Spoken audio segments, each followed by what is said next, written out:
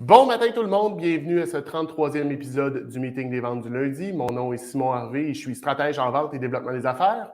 Ce matin, comme vous le savez, à tous les 3 épisodes, on reçoit quelqu'un. Ce matin, on va recevoir Gabriel Hardy du gym Le Chalet, ici à Québec. Il est backstage, il nous attend quelques instants, mais je veux quand même prendre le temps de présenter le show pour ceux qui se joindraient à nous pour la première fois. Donc, bienvenue. Le show a lieu live tous les lundis sur LinkedIn, Facebook et YouTube. De 8h à 8h30, 9h à 8h45, selon les semaines, selon les sujets. On parle de vente, on parle de développement des affaires, on partage nos bons coups, nos moins bons coups, les trucs du métier, certains concepts. Tout ça dans un mood assez relax, mais où est-ce qu'on va chercher de l'énergie pour bien vendre durant notre semaine. Semaine dernière, on a parlé de l'automatisation des ventes, donc des petites choses que vous pouvez mettre en place pour faciliter votre processus de vente, pour le rendre plus efficace, plus efficient, pour en accomplir plus dans une journée. J'ai pris le temps de répondre à vos questions, mais si vous en avez d'autres, ça me fait toujours plaisir de vous répondre. info@commercialnomisco.ca. Donc, je vais amener Gabriel tout de suite avec nous, ici, et le voilà. Salut Gabriel! Salut! Comment ça va? Ça va bien, toi? Numéro 1, écoute, comme je te disais backstage, un peu bordélique sur les routes ce matin, mais je suis arrivé, c'est ce qui compte, on est live, numéro 1. Écoute, merci de prendre le temps d'être avec nous autres ce matin pour discuter de vente, de développement des affaires. Dans le fond, nous, on s'est rencontrés justement dans un cadre de développement des affaires. Oui. Puis, ma première question, je veux dire que tu es dans le B2C techniquement, donc business to consumer. Ta clientèle, c'est monsieur, madame, tout le monde. Comment t'en es venu à faire du développement des affaires? Qu'est-ce qui fait que tu es là-dessus? Ben, écoute, dès les débuts, on a tout le temps essayé avec le gym d'être pas conventionnel, d'être très pété un peu dans notre approche, très dedans, vraiment impliqué dans le développement. Donc, c'est pas rare là, que je suis assez intense. Je vais aller faire quasiment du porte-à-porte pour aller chercher des clients. Okay. Dans le domaine des gyms, c'est de la proximité. Hein. Un gym, c'est bien rare que tu vas vivre à Sainte-Foy puis aller dans un gym au fin fond de Beauport. Là, à moins que ce soit ultra spécifique. Dans mon cas, j'ai quand même plusieurs cordes à mon arc. Et donc, Gym Le Chalet, qui est un gym, comme tu disais, pour monsieur, madame, tout le monde. Une ambiance vraiment relaxe, vraiment plaisante. Tonic CrossFit, avec différentes approches au niveau de l'entraînement fonctionnel, va chercher une clientèle un peu différente qui, elle, peut peut-être voyager un petit peu plus loin pour venir nous voir. Et dans mon côté hard gym, qui est le côté performance, ben là, j'ai des athlètes qui viennent de Lévis, qui viennent de partout pour venir s'entraîner chez nous. Alors, je vis un petit peu les trois réalités. OK. Mais reste que, pour moi, c'est pas passif. Hein. Le développement des affaires, c'est quelque chose que tu dois, entre guillemets, là, pour le mot anglais, grinder. Il faut que tu fasses violence au marché. Il n'y a personne, puis ça, je l'ai appris très tôt dans ma carrière, il n'y a personne ou très rarement qui va juste être « Hey, je passais devant, puis je viens de voir ». Alors, tu dois vraiment t'impliquer, puis c'est ce que je fais là, pour aller chercher toutes sortes de clients. OK. Ben écoute, puis là, tu m'enlignes sur plein de choses. J'ai oublié de te demander de te présenter. Tu me parles de ta carrière, puis j'ai vu sur tes différents profils, sauf ton LinkedIn, parce que je ne sais pas si tu l'as redécouvert ou si tu l'as s'il est revenu vivant encore. Je suis toujours bloqué, là. Fait que OK. il va falloir que tu trouves moyen de l'avoir. Puis tu sais, on jasait de ça un petit peu avant le show, mais c'est tout un problème. Je veux dire, tu as mis beaucoup d'efforts à bâtir un réseau sur LinkedIn, tu as mis beaucoup d'efforts à le développer. Puis là, du jour au lendemain, tu sais, dans le fond, nous, on s'est parlé lundi dernier. Mardi, j'essaie de te rejoindre sur LinkedIn, puis tu n'es plus là. Tu es complètement disparu. Vraiment spécial. Puis pour avoir reçu un courriel me disant on a détecté des activités, mettons, illicites sur votre LinkedIn. Donc, on a mis un terme. Puis là, prouvez-nous que c'est vous. Fait que là, il te demande soit ton passeport, soit le passeport, je ne suis vraiment pas à l'aise à l'envoyer en ligne, là, mais soit ton passeport, ton permis de conduire ou une carte d'identité. Là, à chaque fois que je l'envoie, il refuse tout le temps. Ah, cette pièce n'est pas reconnue. Et là, ben, finalement, échange avec le service à la clientèle qui font juste me dire votre appel a été refusé, votre compte est définitivement fermé. OK. Fait que là, je vais essayer de trouver une personne peut-être un petit peu plus ferrée que moi dans les contacts ou pour essayer d'aller le rechercher. Sinon, il faut qu'on rebâtisse le tout à zéro. Ça m'était arrivé, tu sais, cet épisode-là m'était arrivé pendant la pandémie. Okay. En 2021, tu sais, évidemment, avec la pandémie, nous autres, le gym a fermé. Hein, donc, j'ai fait énormément de développement sur les réseaux sociaux pour faire la promotion de l'activité physique. Je suis encore, là, mais pendant la pandémie, j'ai été très, très impliqué au niveau du lobbying gouvernemental. Alors, tu sais, mon Facebook, là, il était rempli d'entrevues que j'avais données, d'informations, de sciences et compagnie. Puis une journée, boum, mes comptes je suis plus capable d'accéder. Et voilà. Alors, ça fait 2 fois. Ben, tu sais, c'est un problème. Est-ce que tu as exporté tes contacts de LinkedIn? Est-ce que tu savais que tu peux faire ça?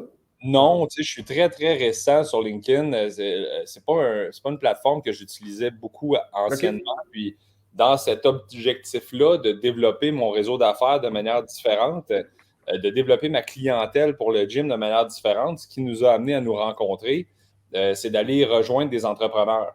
Tu sais, moi, je crois sincèrement que l'entreprise a en elle une puissance, une force de changer la vie de son équipe, ou du moins de s'impliquer directement dans la vie de son équipe. Alors, au lieu de faire du business to customer tout le temps, puis d'essayer d'aller chercher une personne à la fois pour traverser ma porte, je me suis dit que si je pouvais aller chercher des entrepreneurs qui, eux, ont une influence sur leur équipe, puis qu'eux décident d'investir dans la santé préventive, puis d'offrir la santé à leurs employés, bien, j'étais capable d'avoir un impact beaucoup plus rapide sur une grande quantité de monde, mais surtout d'avoir des incitatifs dans la vie de tous les jours de ces gens-là, parce que le patron qui investit, ou la patronne, là, peu importe, qui investit dans la vie de ses employés, ben, ça va être un message récurrent, ils vont en parler comme valeur d'entreprise. Donc, il y avait plus d'impact de cette manière-là. Et c'est comme ça que je suis allé développer le réseau LinkedIn parce que, bon, tu peux trouver des entrepreneurs, des personnes, tu sais, qui sont. C'est un réseau, c'est vraiment un réseau d'affaires, là, tu sais, LinkedIn, je trouve. Alors voilà. Donc, c'est pour ça que j'ai commencé à l'utiliser, mais je ne suis pas encore le mastermind de LinkedIn. OK. Parce que, tu sais, puis c'est des choses dont j'ai déjà parlé, moi, soit dans mes petits trucs du vendredi ou même dans le show ici. La beauté, par contre, de LinkedIn, tes données t'appartiennent. Donc, il y a possibilité pour toi, via tes settings, d'exporter toutes tes données, donc tous tes contacts, de les avoir dans un fichier Excel à côté. Okay. Moi, je te dirais que c'est quelque chose que je fais pas toutes les semaines, pas tous les mois, mais quelques fois. Mettons, une fois au trimestre, je les exporte. Comme ça, si quelque chose comme il vient d'arriver m'arrivait, ben au moins j'ai une partie de mes contacts que je vais pouvoir retrouver ailleurs si je voulais repartir OK. mon Donc, LinkedIn. tu réimporterais à ce moment-là dans. Oui, ben je referais mes invitations à partir de zéro, mais au moins ces gens-là, tu sais, je ne sais pas, Gabriel, tu as 2000, 2500, 3000 personnes sur ton LinkedIn, tu ne peux pas te rappeler de tout le monde que tu as mis dessus au fil du temps. Ben là, au moins avec cette liste-là, tu t'enlignes puis tu y vas à 100 invitations par jour parce que c'est le maximum. C'est ça que je comprends pas. Tu sais, si on parle de cet événement-là, j'en voyais pas 100 invitations par jour, mais j'ai comme l'impression que j'étais peut-être trop violent sur LinkedIn. Ils n'ont pas aimé mon approche. Écoute, du peu que je connais de toi, tu es un gars qui me semble assez intense. Tu me parlais, tu fais de l'haltérophilie. Oui. Je veux dire, c'est quand même un sport assez intensif. Mais si je te demandais, tu m'as parlé au départ, tu as commencé assez tôt dans ta carrière. Parle-moi donc un peu de ton parcours. Qu'est-ce qui t'a amené à être propriétaire de gym aujourd'hui? Écoute, ça a tout le temps été une passion pour moi, là, l'entraînement, sous toutes ses formes. J'ai commencé à l'âge, je pense que j'étais en secondaire 2 à m'entraîner dans le sous-sol chez un de mes chums en face de chez nous. OK. Puis j'ai eu la piqûre. J'ai aimé le contact que tu as avec toi, finalement, de sentir où est-ce que tu as travaillé, tout ça. Puis, écoute, très jeune, été influencé par Arnold Schwarzenegger. Okay. Puis pas d'un côté juste esthétique, là, vraiment d'un côté développement de carrière. C'est un gars qui, quand tu lis sa biographie, qui est parti de rien, qui a monté vraiment un empire quand même assez important, puis qui a fait du cinéma, qui a fait de la politique. C'est un gars très impliqué. C'est pas juste un beau parleur, c'est quelqu'un qui est vraiment into it, puis qui s'est vraiment mis au défi. Puis, si vous avez la chance d'aller lire la biographie, que vous aimiez le personnage ou pas, c'est vraiment, vraiment intéressant de voir qu'il s'est sauvé de l'armée à un moment donné pour aller faire une compétition de bodybuilding. Et à son retour, il est rentré par la porte d'en avant. Il n'a même pas essayé de se cacher pour se glisser dans les dortoirs. Puis il était tellement sûr de lui, puis tellement, je donne une anecdote, mais que l'armée a aimé, a vu en lui quelque chose qui était. Puis il a fallu qu'il se vende. Hein? Puis on parle de vente. Là. Mm-hmm. Quand il s'est fait rencontrer par ses boss, là, peu importe le grade. Ils ont dit, tu sais, pourquoi on te garderait, pourquoi on ne t'enverrait pas en prison pour désertion? Puis il leur a vendu le fait qu'il est revenu avec le championnat. En fait, quand il est revenu, il y avait le trophée. Puis il dit, ben moi, j'ai vanté que l'armée m'aidait à m'entraîner, puis que c'était bon pour vous, tu sais, c'est le recrutement, puis que c'était une place qui valorisait, nanana. Ben, ils ont attaché de l'équipement d'entraînement après les tanks quand il allait en exercice pour qu'ils puissent s'entraîner. Alors, il a vraiment vendu, puis je pense que toute sa vie, c'est un peu ça, c'est de vendre son concept. Après ça, il a fallu qu'il vende son accent au cinéma. Après ça, il a fallu qu'il vende qu'il allait représenter en tant que gouverneur. Donc, ça a été de la vente toute sa vie. Moi, je suis vraiment passionné de vente. Puis, c'est ça pour dire que dès mon jeune âge, j'ai vraiment été dans l'entraînement. Puis, bon, le rêve, je viens d'une famille d'entrepreneurs. Donc, le rêve d'avoir mon commerce un jour. Puis, je me suis dit, je vais me partir à un gym. Puis, de fil en aiguille, là, on ne fera pas toute mon histoire, mais je me suis planté souvent dans ma vie. Puis tu sais, j'ai tout le temps dit qu'il y a une limite entre la persévérance et l'entêtement. Okay. Il y a très mince, cette limite-là. Puis j'aime croire que je suis plus persévérant qu'entêté, là, sinon ça ne ferait pas de sens que je sois tout le temps en train de travailler de même. Mais voilà, puis de fil en aiguille, bon, j'ai échoué au cégep, je me suis relevé, j'ai échoué à l'université, je me suis relevé et parti mon gym en 2010. OK. Faillite en 2014. Les erreurs en affaires coûtent très cher. Puis j'ai eu la chance de rencontrer des gens d'affaires qui ont racheté finalement ma faillite, puis qui m'ont un peu. Ils ont vu en moi quelque chose que j'étais capable d'amener, puis ils m'ont remis en place. Puis ils ont dit, garde, toi, travaille comme directeur, là, puis on va te coacher. Puis ensuite de ça, pour rebâtir le gym, que je suis redevenu actionnaire aujourd'hui, puis que avec Jim Chalet, Tonic CrossFit et tout ça. Donc, c'est un peu ça mon histoire. Ben, écoute, c'est super intéressant de ce côté-là. Puis, tu sais, on entend souvent le côté romantique ou, tu sais, le beau côté de l'entrepreneuriat puis de te lancer, mais c'est rough, là. Puis là, tu nous le dis, tu sais, en termes, tu as mangé des claques à la gueule. Tu en as mangé quelques-unes. Les gens, puis ça, tu sais, c'est une des choses que moi, quand je me rends, mettons, j'ai donné plusieurs conférences en kinésiologie à l'Université Laval.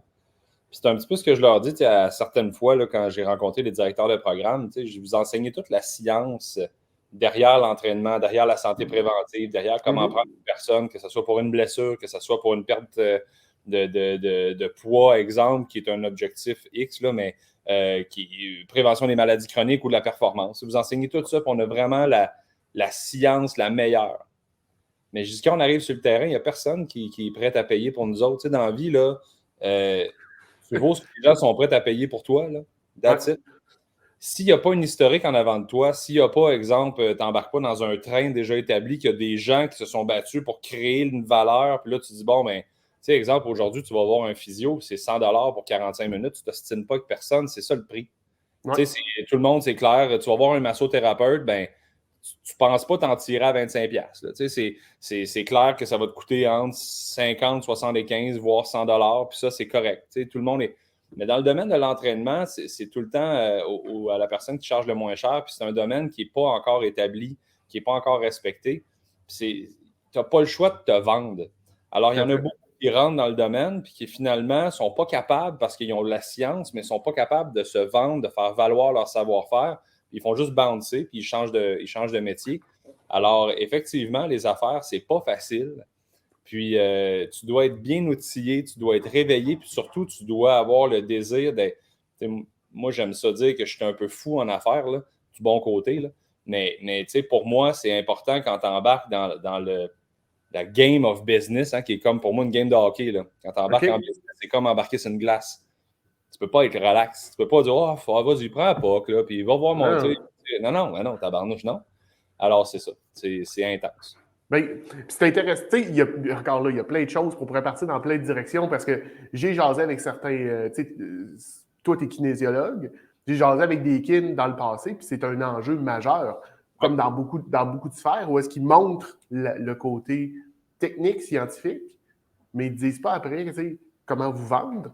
Un des problèmes que vous rencontrez aussi, c'est que votre profession n'est pas reconnue par les systèmes d'assurance collective. Fait que je ne peux pas me faire prescrire, va voir un kin, alors que, bon, j'ai un petit mal de dos. Probablement que tu peux m'aider. Mais... La population en général, je veux dire, on vient de sortir, ou on le souhaite, là, hier, j'écoutais tout le monde en parle avec chaque chef. Il disait, est-ce que la pandémie est finie? On est encore pas annoncé officiellement comme terminé.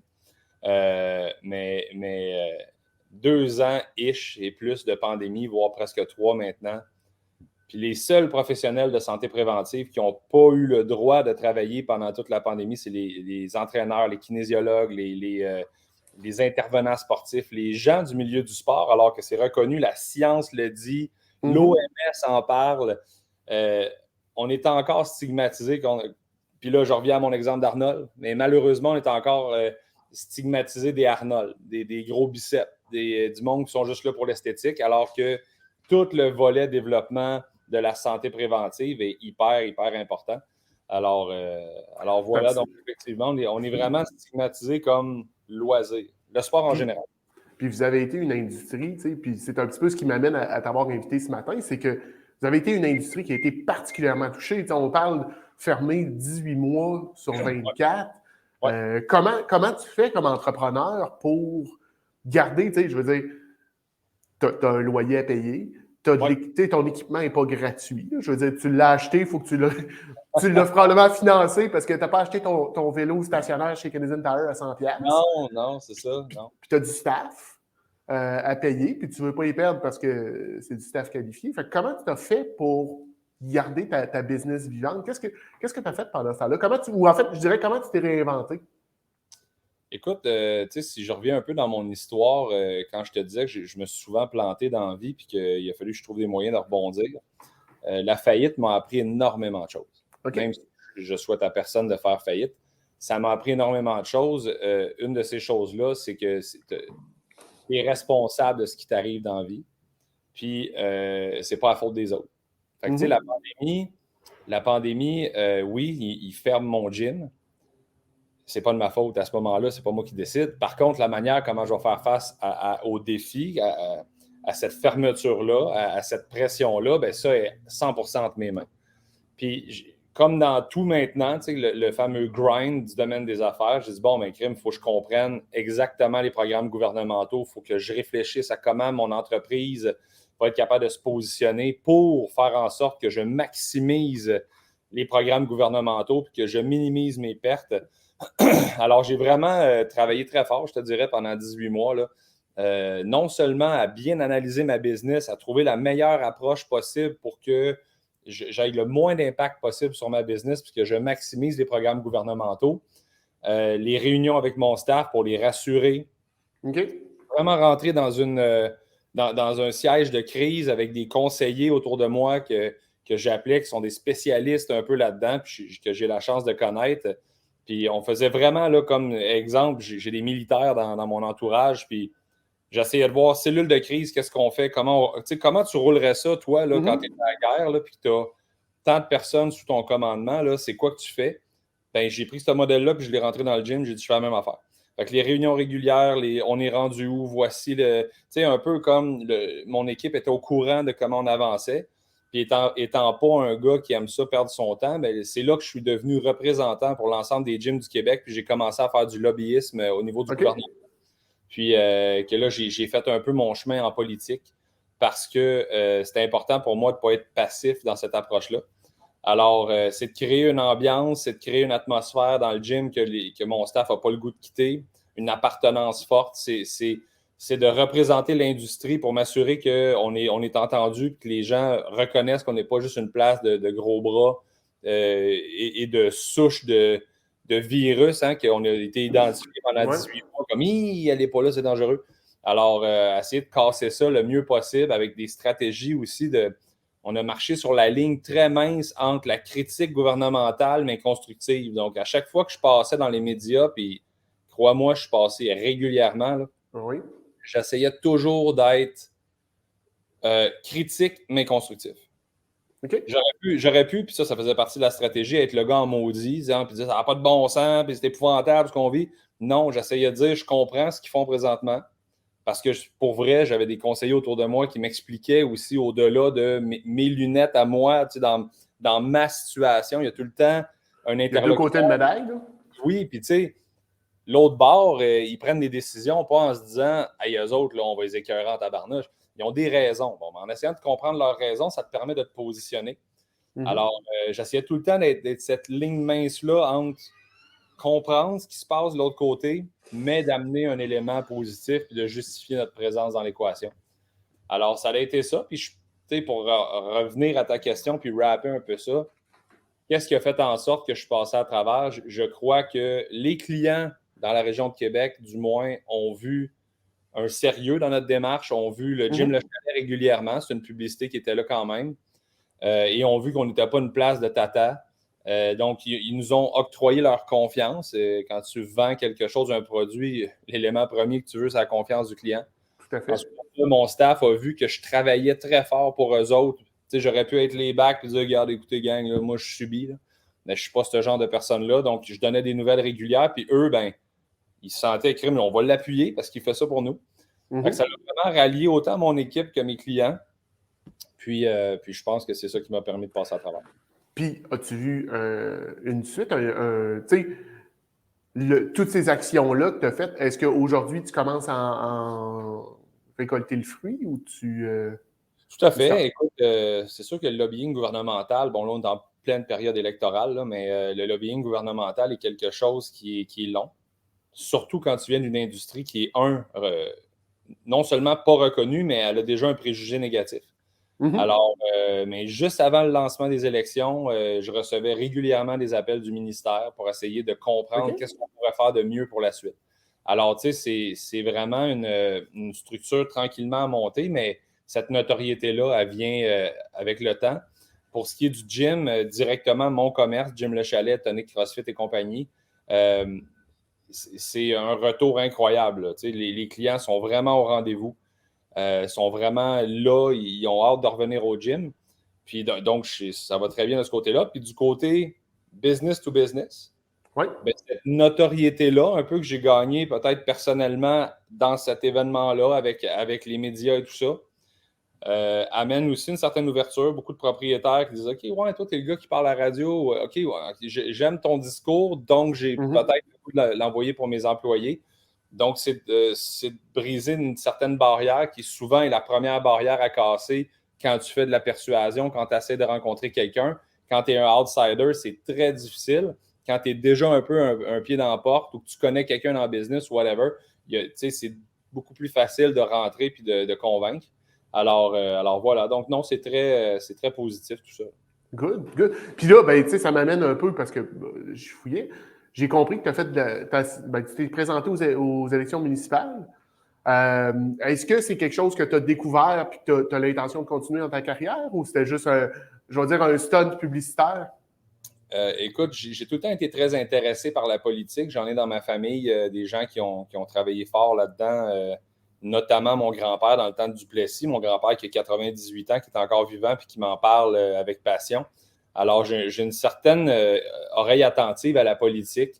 Je vous disais encore une fois, si je reviens à l'exemple d'Arnold, que le gars s'est lancé en politique, ça a tout le temps été derrière ma tête. Maintenant, pendant la pandémie, j'ai été quand même 18 mois à militer dans les médias, la radio, la télé, les journaux, sur l'importance de l'activité physique. Puis quand on m'a présenté l'opportunité d'utiliser une autre voie, un autre véhicule porteur pour cette cause-là, ben je me suis dit, why not?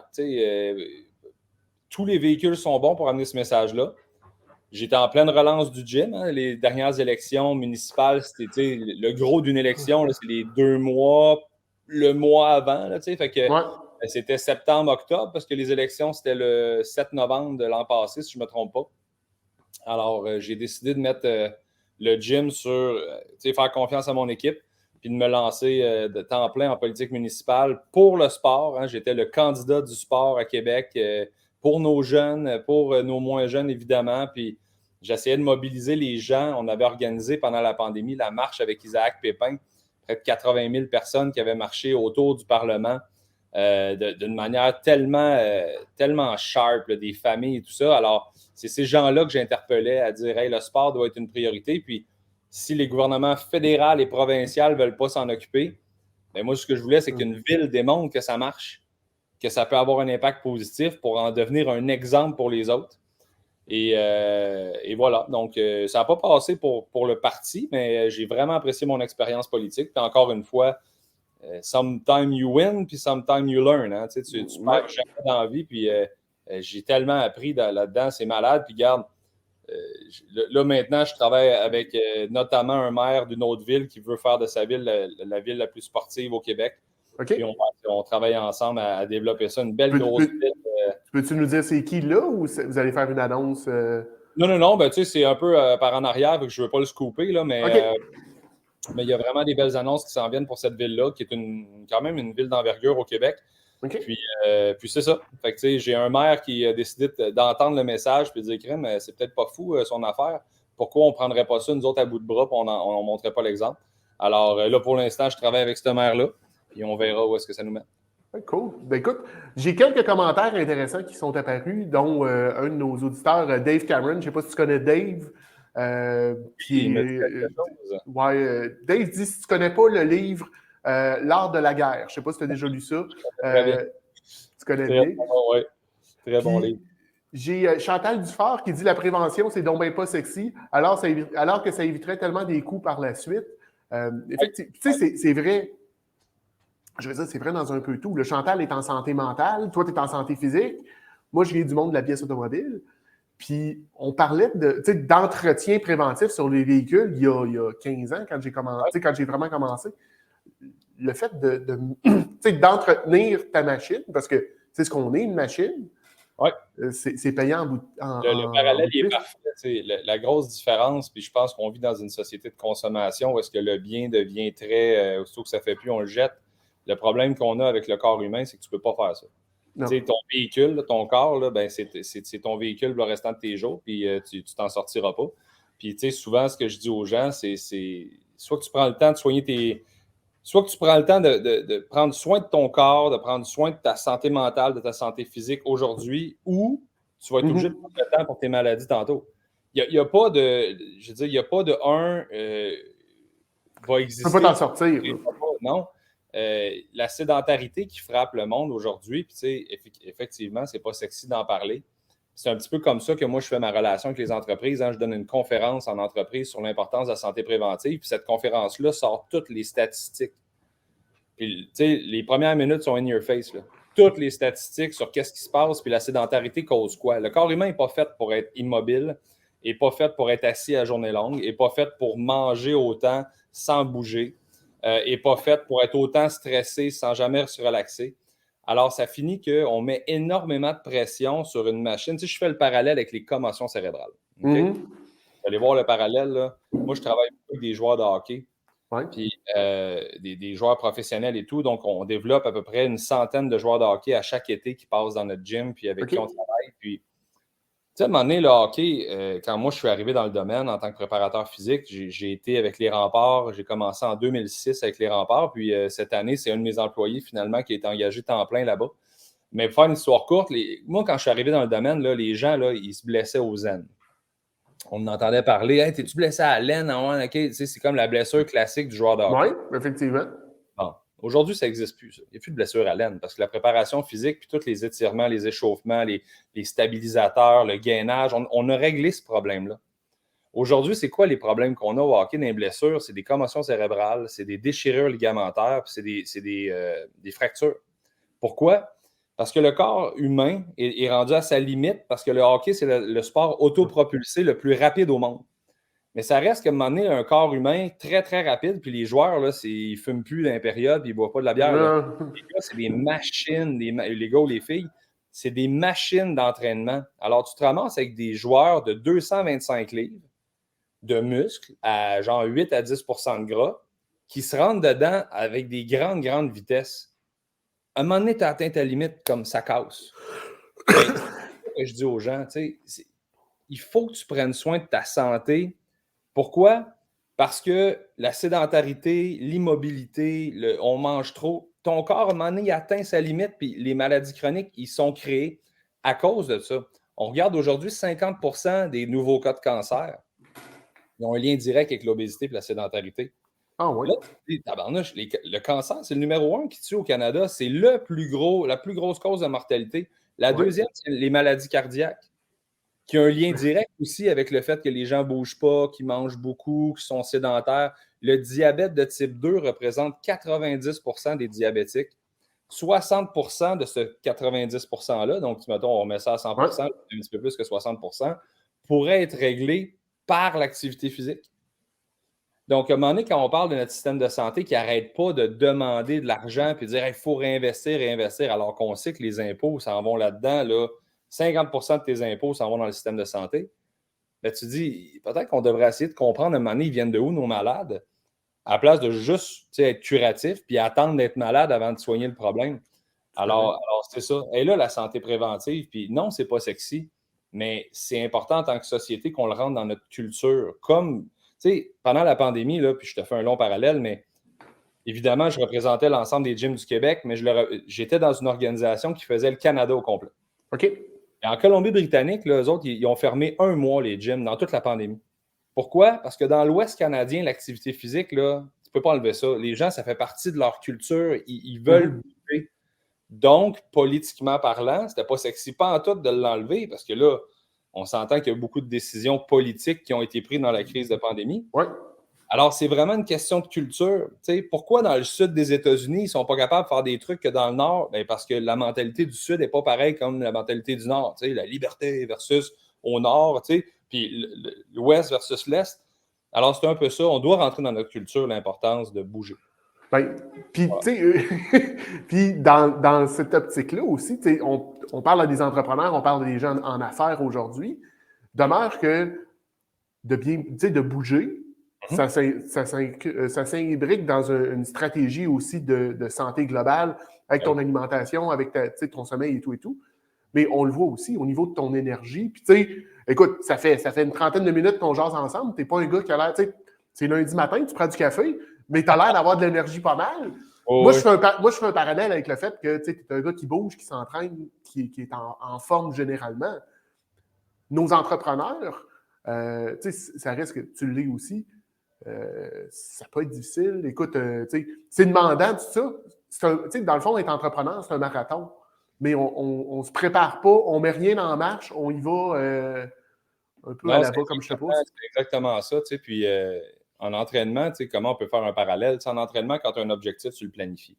Mm-hmm. Quand tu es dans tes finances, quand tu veux prendre ta retraite, tu la planifies. Bien, dans ta santé, c'est un peu ça. Dernièrement, j'ai axé un peu le thinking derrière. C'est pas moi qui l'invente, là, c'est vraiment Peter Attia, là, qui est un médecin, puis un génial, puis il a amené cette idée-là que je trouvais tellement bonne, puis je la ramène aujourd'hui dans mes conférences. Tout le monde a une dernière décennie à vivre. Hein. On va tous vivre un dernier 10 ans de notre vie. C'est peut-être de 75 à 85, c'est peut-être de 85 à 95, on souhaite que ça soit 150 ans, là, tu sais, mais... Et je dis la dernière décennie pour qu'on se fasse une image, parce que comment tu veux la vivre, cette dernière décennie-là? Personne ne pense à ça quand on travaille. Les entrepreneurs, encore moins. Ouais.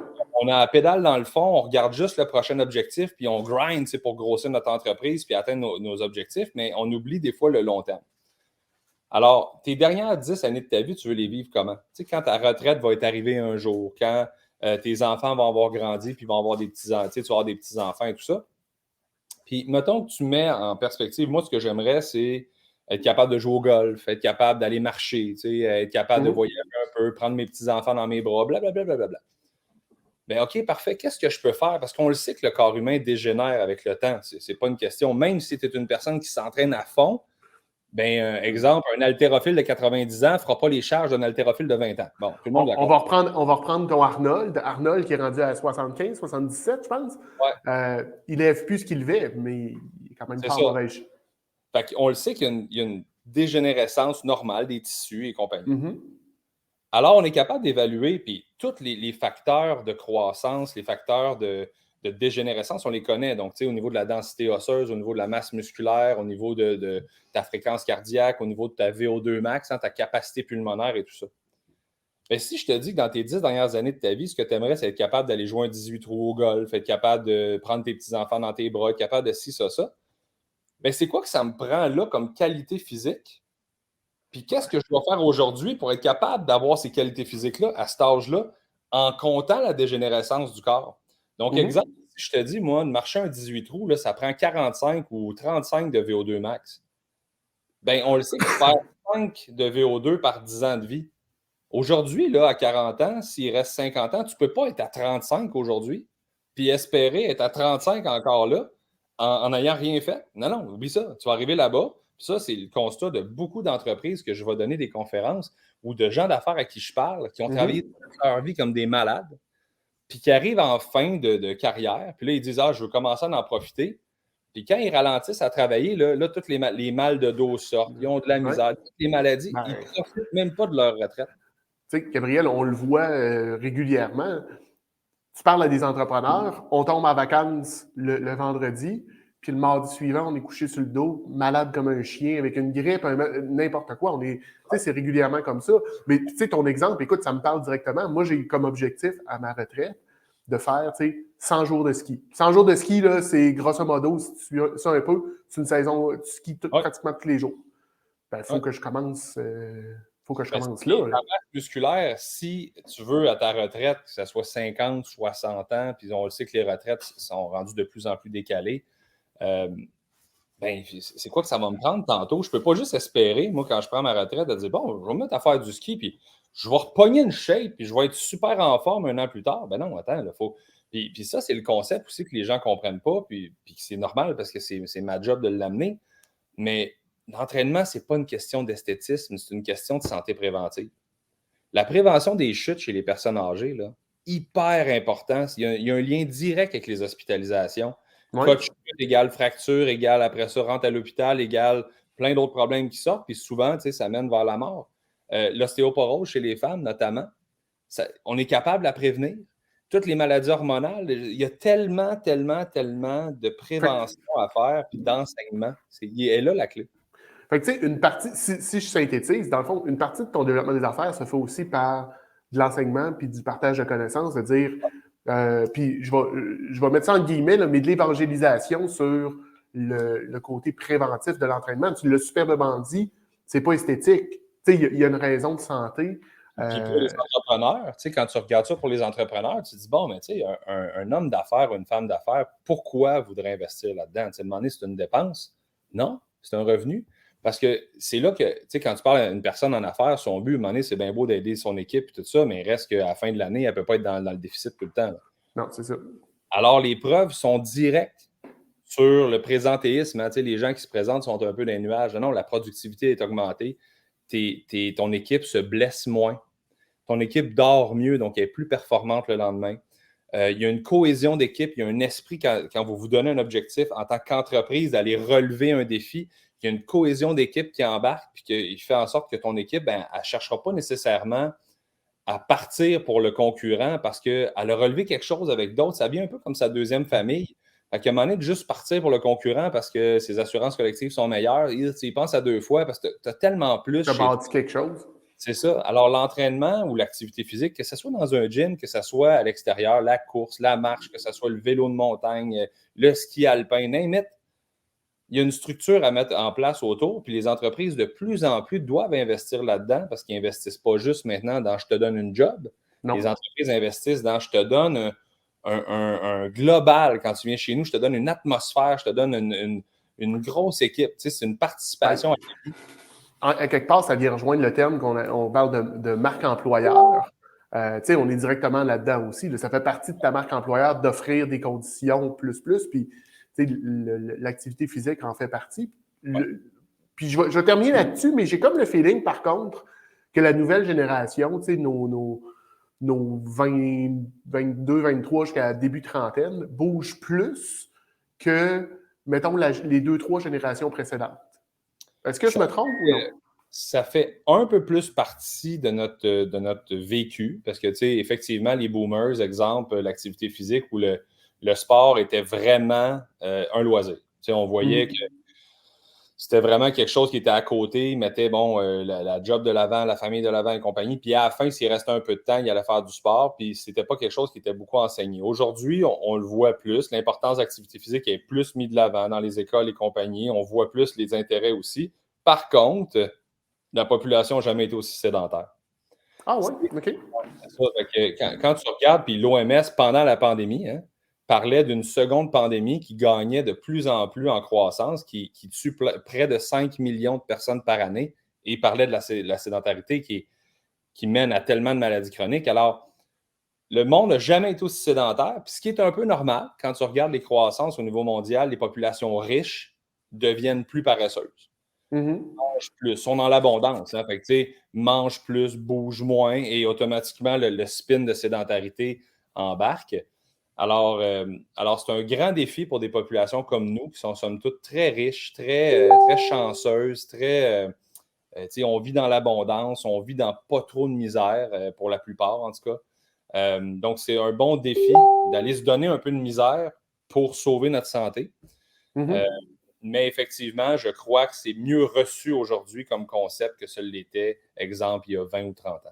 D'accord. Ben écoute, super intéressant, Gabriel. Ça nous amène un peu sur la fin de notre rencontre ensemble.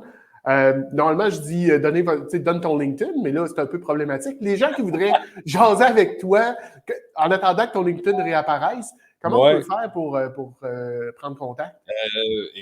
Jim Le Chalet, donc Gabriel à commercial jimlechalet.com, hein, qui est mon courriel. Anytime, quelqu'un veut m'écrire, vous pouvez appeler au gym aussi directement, demander à me parler, 88-260-9552.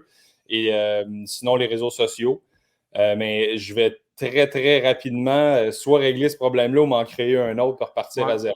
Mais reste que non, LinkedIn va être une belle manière de me rejoindre aussi. Mais comme je vous dis, n'importe quand, courriel ou un appel au gym va me faire plaisir de retourner là. Écoute, je suis allé visiter, moi, la semaine dernière. Super beau gym, beau vibe, beau chien en plus. Gabriel, t'as pas parlé de tes chiens ce matin, là, mais il y a quand même 2 chiens dans le gym. Fait que c'est sympathique. Dans mon bureau, je ne les laisse pas aller dans le gym tout seul. Là. Mon plus gros, lui, il l'a vécu pendant 18 mois d'être tout seul dans le gym à se promener. Mais mon petit papy là, de 2 mois, lui, je ne le laisse pas encore parce qu'il va aller manger les souliers de tout le monde qui s'entraîne. Ça va être terrible. Il va manger tes profits, là, c'est vrai. C'est ça, tous mes profits vont passer là. On fait pas ça. Cool. Hey, merci, Gabriel. Je te laisse aller, puis on s'en reparle bientôt. Bonne journée. Merci beaucoup. Bye. Salut. Fait qu'on recevait Gabriel Hardy du Gym Le Chalet. Je l'ai invité ce matin pour nous parler un peu de son parcours, nous parler de sa vision. Oui, de développement des affaires, mais aussi, je trouvais que c'était intéressant de jaser au niveau santé préventive. On le vit tous, puis je suis le premier. Là, il y a une chose qui est indéniable, on vieillit tous à tous les jours. Les petits bobos commencent à sortir, ces choses-là. Puis je trouvais que Gabriel avait une belle énergie, une belle façon de penser aussi. Je pense que ça peut être intéressant. Puis j'ose espérer que si ça vous a intéressé, que ça vous fait bouger, on aura atteint notre objectif ce matin.